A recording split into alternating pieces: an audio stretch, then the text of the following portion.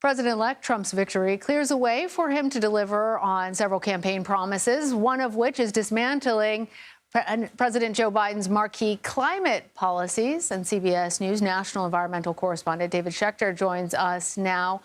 David, let's go ahead and start with Biden's Inflation Reduction Act. That's considered the most significant climate action in U.S. history. What has the president-elect said about that? Well, President-elect Trump has called that actually the green new scam, the IRA. So he's not been in favor of it. And there's a lot of provisions in there. One of the provisions that a lot of people have been talking about is this $7,500 credit to buy an electric vehicle. That really makes it affordable for a lot of families to get an electric car. There is some concern that perhaps he would slash that subsidy because he's been so anti-electric vehicles. But what's interesting right now is that Elon Musk has become obviously a very close advisor to the president, as you just heard a moment ago.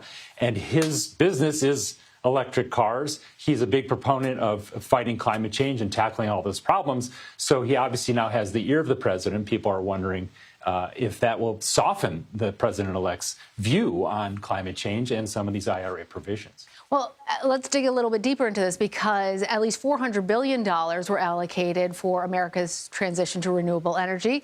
Many of the projects, like electric car factories, are actually located in red states. Do we expect any of those projects to be in jeopardy? Might it depend on the color that they came in on Tuesday night? Well, I think you hit on a really interesting point there, that these projects, these Congress people in these sometimes in very conservative red districts, have been the beneficiaries of some billions of dollars, large projects, large construction projects, large factories. There's an increase in the tax base. There's new jobs.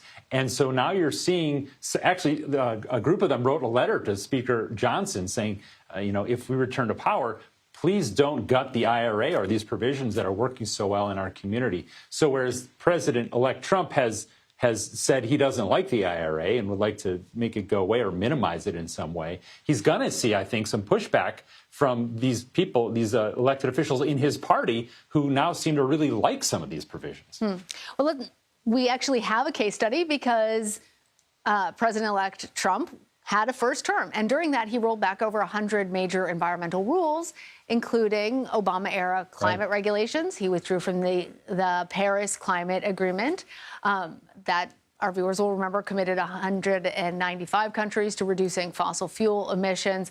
What should we expect this time?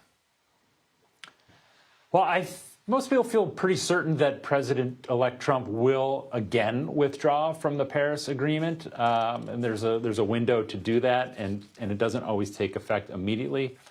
There's some lag time on that, but most people believe that that's something that he will do. And the issue with that is it creates sort of a vacuum of leadership, because the United States for the last 4 years has been a primary voice in the world on negotiating these climate agreements, and the U.S. essentially would not be at that table and would vacate that to other nations, presumably large countries like China, who have a big stake in what's going on. We do know that he's very interested in drilling and leasing more drill sites on federal land, so we could expect to see that. But many of these things that could possibly change will certainly face hurdles and lawsuits, which would slow some of these things down.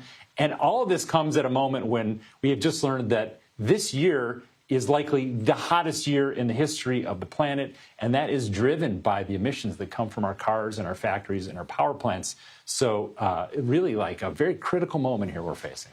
All right, David Schechter, thank you.